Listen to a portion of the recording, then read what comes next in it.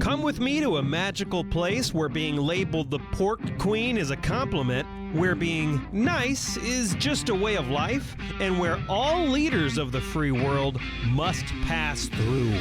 Welcome to Iowa. Whether you're a current Iowan, an Iowa expat, or an Iowan at heart, this show is for you. This is the Iowa Podcast. Real Iowans, real talk, no drama. There's so much AI news. It's moving so quickly. What is DeepSeek, this Chinese tool? What is this $500 billion investment in Stargate, in AI investments? Are we entering a new Cold War era? Is this a new industrial revolution? And how does it impact Iowa? This is actually a big deal. It's not a small impact it's going to have on Iowa. Iowa may play a core role. And so on this Saturday special, that's what we're talking about. And joining me to do that is Mohamed Traore. He is an AI consultant, and we actually met when you were working with a $20 million funded startup called Roboflow. So it's good to see you again. Yeah, great to see you too. And yeah, it was great to meet you. Ever since then, kind of just been more in the Iowa tech scene. And just want to say thank you as well for doing the Iowa podcast and the whole podcast network. Yeah, absolutely. And when we met, you had a really great ability to break stuff down in a way that everybody understood. And so that's kind of hard to do with the AI news. And so I appreciate you coming on the show. So let's start out really, really broadly.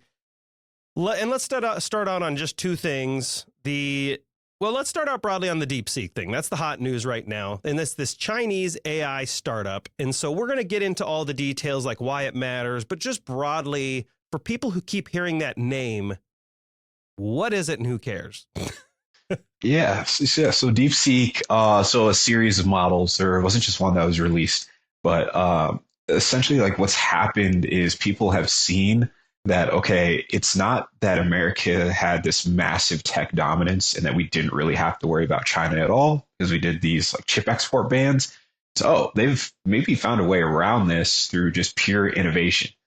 So we can't really rest on our laurels anymore and be like, oh, OpenAI and Anthropic are in the lead and no one's going to catch them.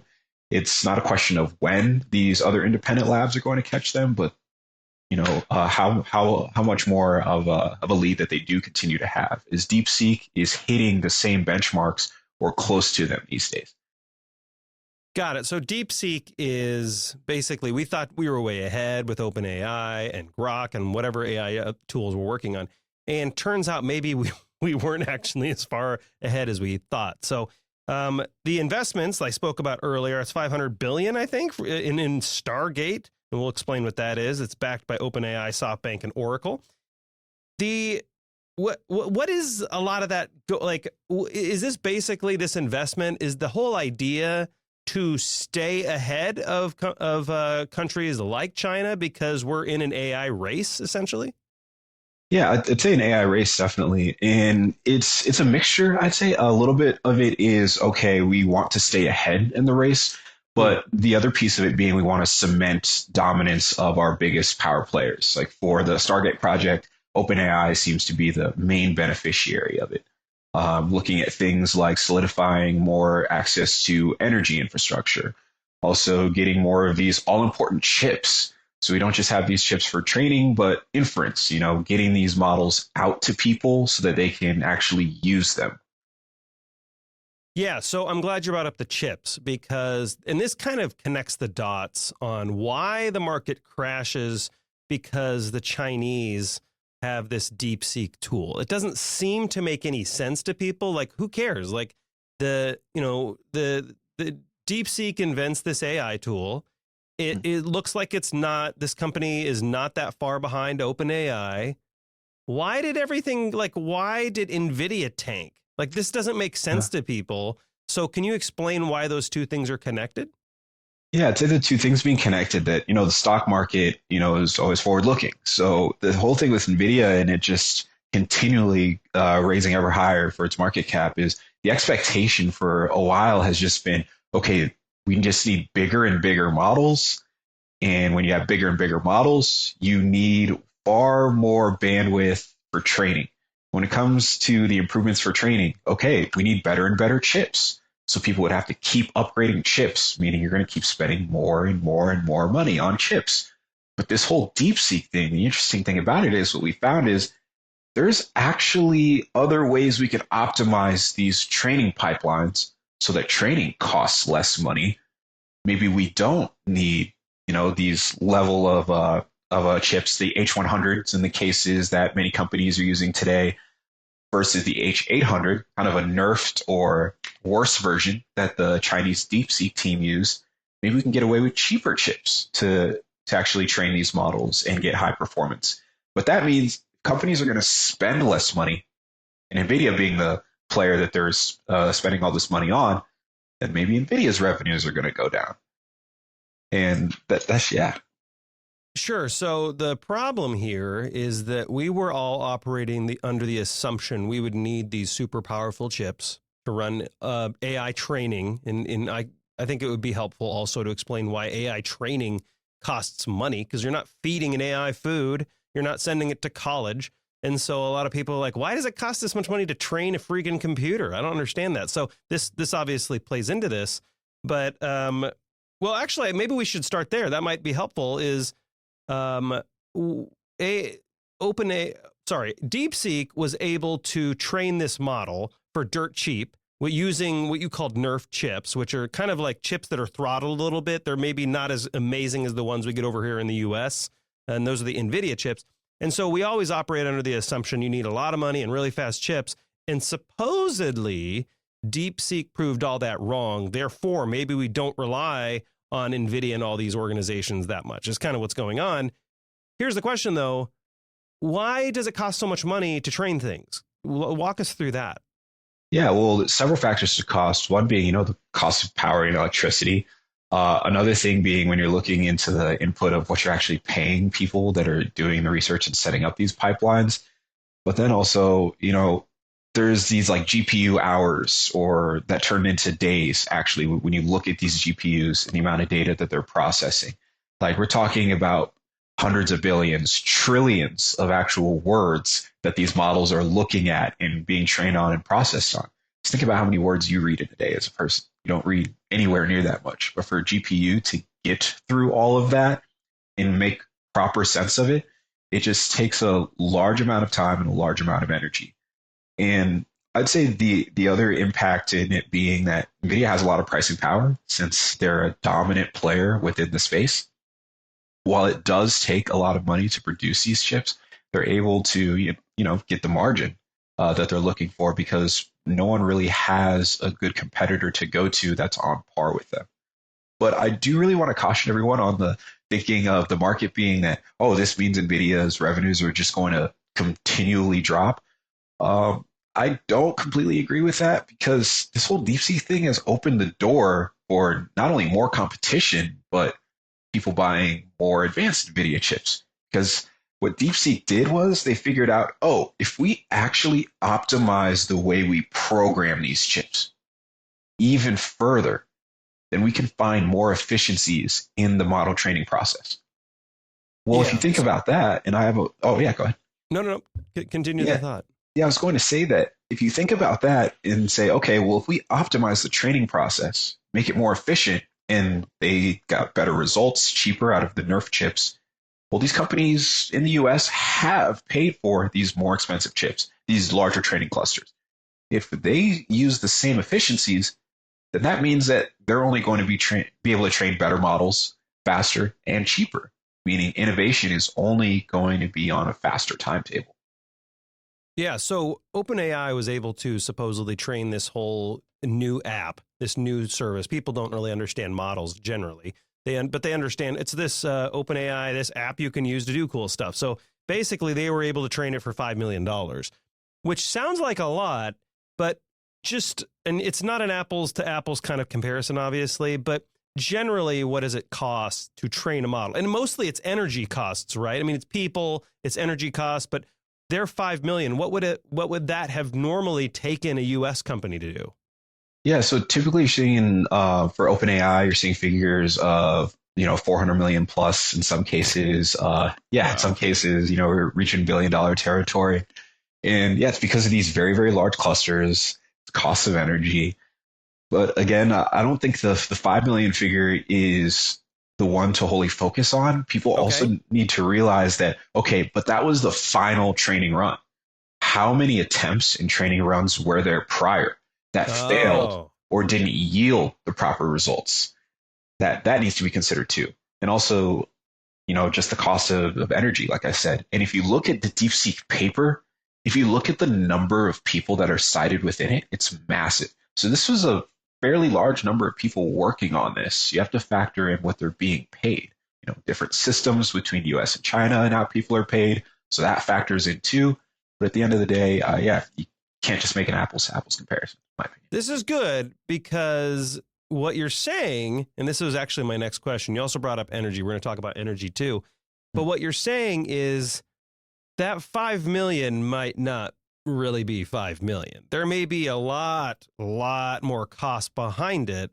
So, and that's just one example, but in the US, when we're training models and building things we're talking about salaries, we're talking about energy costs, we're rolling all that in there.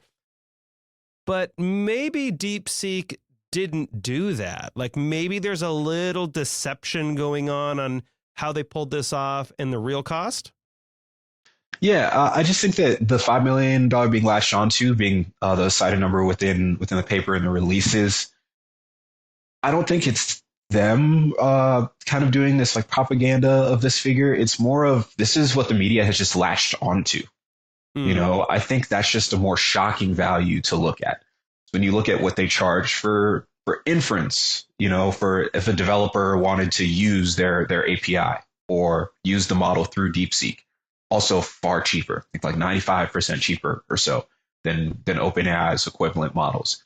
It's really cool to latch on to these figures and really shocks people, gets people talking, and the conversation is turned into, oh, our company is just wasting money in pointing fingers.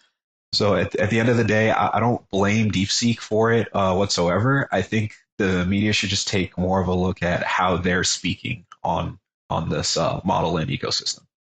Yeah, it is shocking to me that the stock market reacted so quickly and aggressively on news that wasn't even fully fleshed out yet. And like now, the news is saying that I think Bloomberg is reporting that OpenAI and Microsoft, who are obviously working together, for those that don't know, Microsoft is one of the funders of OpenAI, are investigating the fact that maybe a company connected to DeepSeek hacked them or stole their data or something. And so it is within our best interest to not freak out over breaking news like this, because now it's turning out that this story may not be that accurate. And obviously some Chinese companies in the past have a history of not exactly being transparent on how they work. So it may be within our best interest to be a little careful.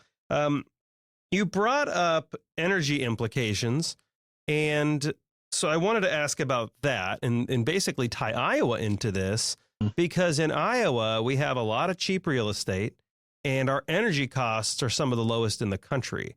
So because AI development, and like you said, even though this is maybe DeepSeek invented a more efficient way to do this, we're still going to need energy costs because AI is going to grow exponentially. You sent some figures over 71% in 2025 alone, which is crazy. So obviously Iowa is a very attractive location for that cheap energy, right? This is something we have and people want it. Yeah, very true. I'm glad you mentioned it, as there's been talks over the last year. I think it's kind of going to the final phases of being approved now. But Cedar Rapids, for example, has a new data center coming from Google. And when it comes to the whole energy infrastructure piece, China's energy capacity is just much, much larger than ours. For To some of it is that they have a larger population, but even if you look at it proportionally, they still have more power per person, which allows them to serve it cheaper. For us, we need to continue investing in that energy capacity. Some people say renewable energy sources like wind, others, say solar, but nuclear energy is another piece that's being looked at in many areas. For Iowa specifically, because we have providers like Alliant Energy and Mid-American that have really helped with reducing energy costs long term, I do agree that we could be a big player in this space. We do have multiple data centers within this state already, and this new Google data center coming in makes it so that We can have more jobs within this space for people that are actually operating these data centers, and then the tax benefits as well.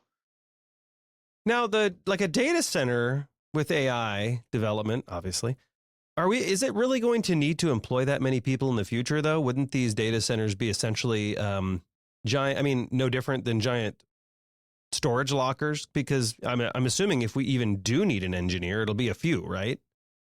Yeah, it likely won't be some massive number of jobs, but at the end of the day, I think it should also be looked at as us having this data center right here brings more attention to the state, and we potentially get more of them on top of that. But our tech companies and our companies that are looking to actually leverage these data centers for their own applications may stand to benefit even more. Oh, sure. Like, so you're saying Iowa grown tech companies might benefit off data centers being so close? How does that work? Because do we care how close the cloud is to us? Is that lower latency or make things faster or something? Yeah, it can. If you actually set up your tech stack appropriately and your cloud resources appropriately, being so close to a data center as a user and a provider can actually help latency to some degrees. Okay, so that's interesting. I didn't put that together. So what you're telling me is having data centers, even though it's just personal opinion, I think they're ugly. Like, just my own Great personal buildings. opinion. I don't want more giant warehouse boxes near my neighborhood. I mean, there aren't any right now, but I'm just like, okay, they're kind of ugly. Hopefully we can find a way to hide them in the future. But, beautiful Iowa plains and then boom, giant gray boxes. But what you're telling me is that the location close to Iowa, like, okay, sure, that might not bring tons of jobs to Iowa by itself, but having these data centers and energy in the state that's cheaper could attract companies as everyone has to build out their tech stacks, because there's no such thing as a tech company anymore. Every company's kind of going to have to be a tech company. This could be good for us in the long term, is what you're telling me. Not just the data center bringing jobs, but actually the ancillary companies and businesses that could build around us in Iowa. Yeah. I don't know how large the effect will be, but I do believe that there will be some kind of positive benefit for companies building directly within Iowa. But the other thing I would just tell people is I think it's just important to kind of just be paying attention to these updates, just making sure that we are kind of trying to understand a little bit more of this picture of how these models are being put out into the world, but the regulatory space. And the reason I say that is the most concerning thing I've seen for the media fallout ever since has, again, just been, okay, we should stop spending money on AI. We are spending way too much money on AI. That piece of the puzzle I have continued to see from people that aren't directly working in the tech scene or feel like our country is just wasting money and resources trying to have a technological advancement. Yeah, and so you are seeing this conversation where people are like, hold up, we shouldn't be wasting money on AI. This is a real conversation you're even seeing in your own circles? Yeah. Wow. Okay. Well, I think a big reason for that is many of the use cases that consumers have seen in AI thus far have just turned them off. Like for example, when you look at what Meta tried to do with Instagram recently, I can't remember how long ago it was just like a month ago, with the like fake profiles, for example, the AI generated profiles. Sure. Yeah, for me, the second I saw that, I think I saw it in the news. It's like, oh, that's going to be bad. And sure enough, people hated it. And I asked people I knew, same thing. They hated it.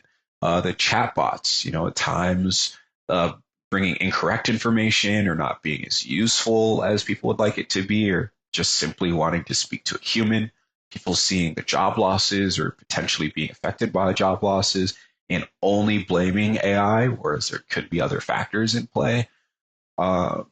Consumers have just been really turned off in many ways to end up wanting to say, okay, this stuff is not useful. Let's not spend money on it. But on the other end of things, if you're a programmer, you're seeing applications and like Cursor or a Windsurf or a Zed where you can program a little bit faster, get your work done a little bit faster or do more work.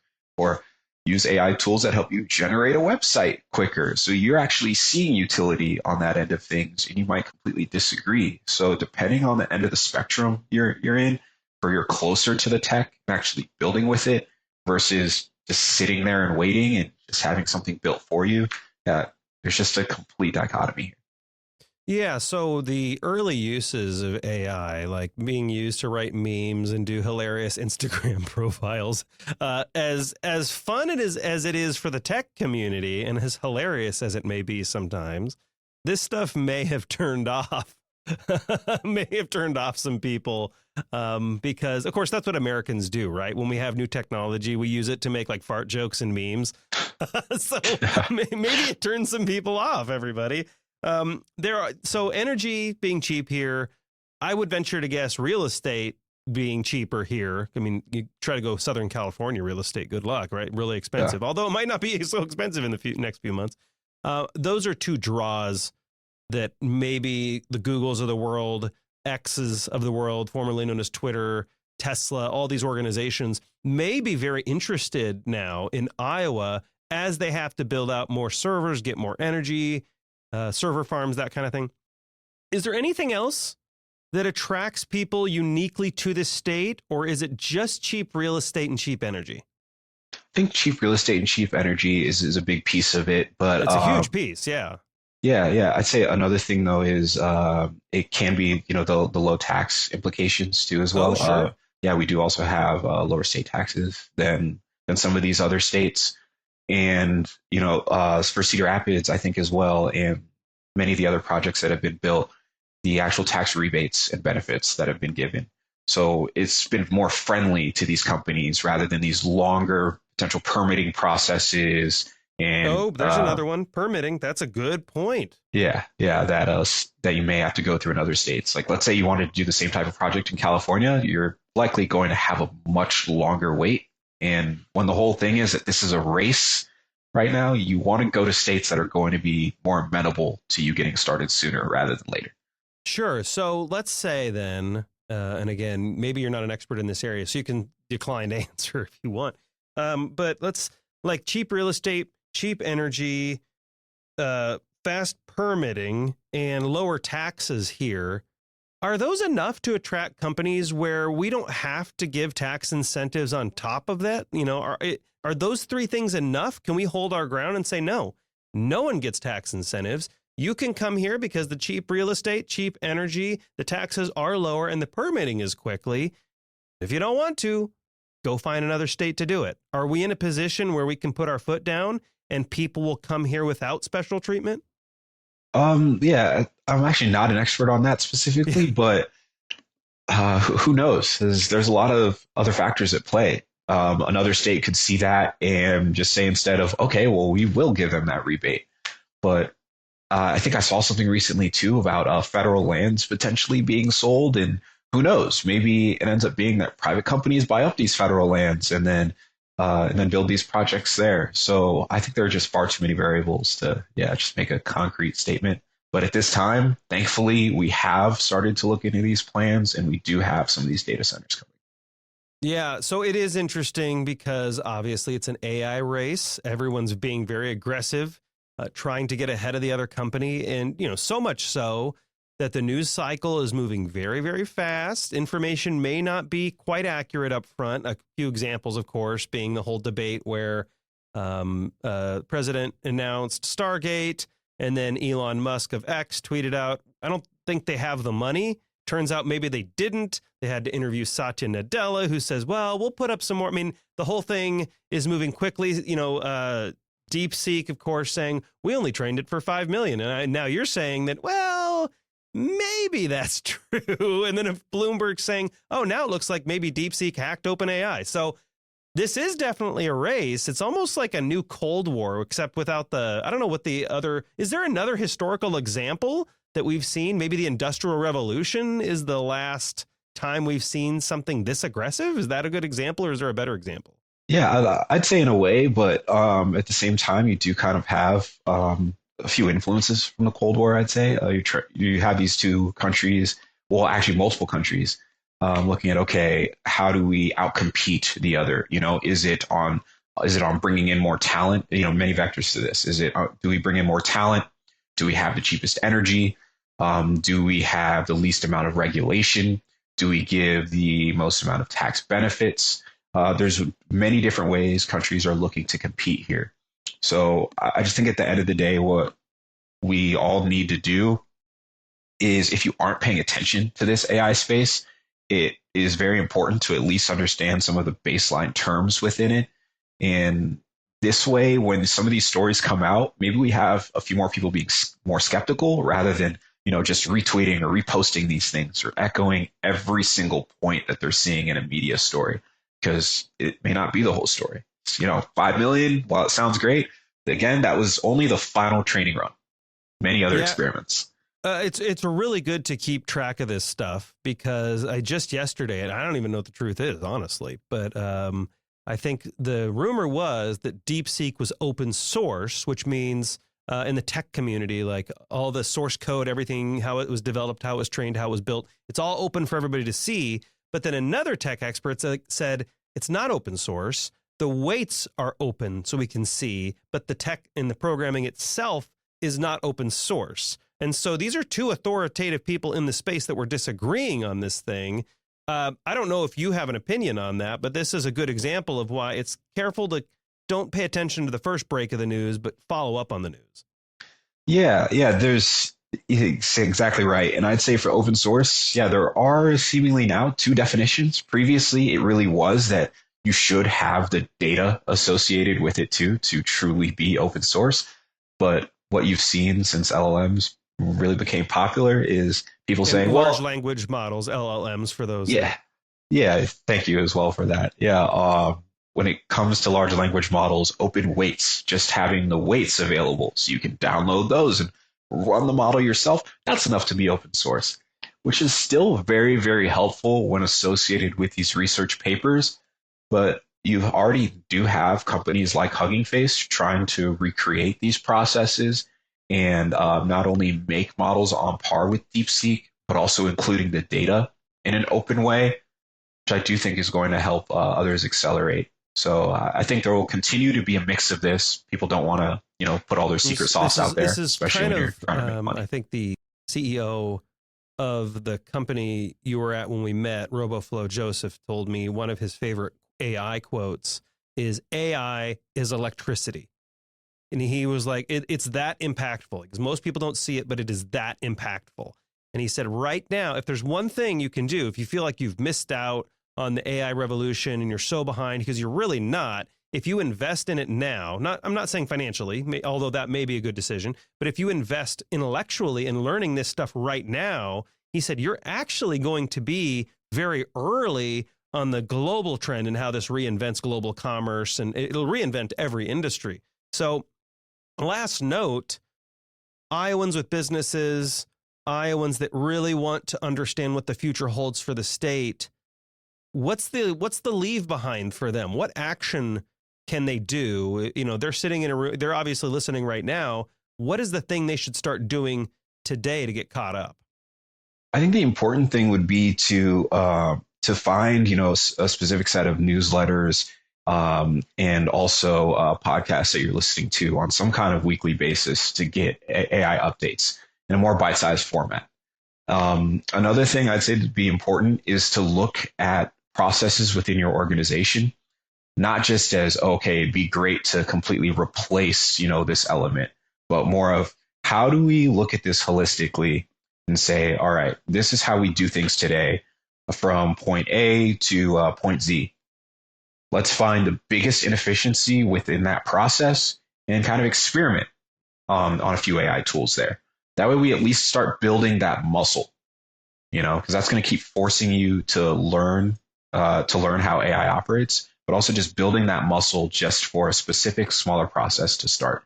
And then no matter what happens in the future, now you at least have a baseline level of understanding. You have your processes mapped out, and you can then expand further to, apply whatever newest model is out there, whether it's these DeepSeek type models or some kind of AGI that comes out in the future. I think you'll be more prepared that way. Absolutely. Mohamed Traore, of course, an AI consultant based here out of Iowa. thank you so much for coming on the Iowa podcast. I really appreciate it. Hey, Justin, thank you so much, and glad to be here. And to my fellow Iowans, Iowa expats, and Iowans at heart, thanks for listening and subscribing to the Iowa podcast.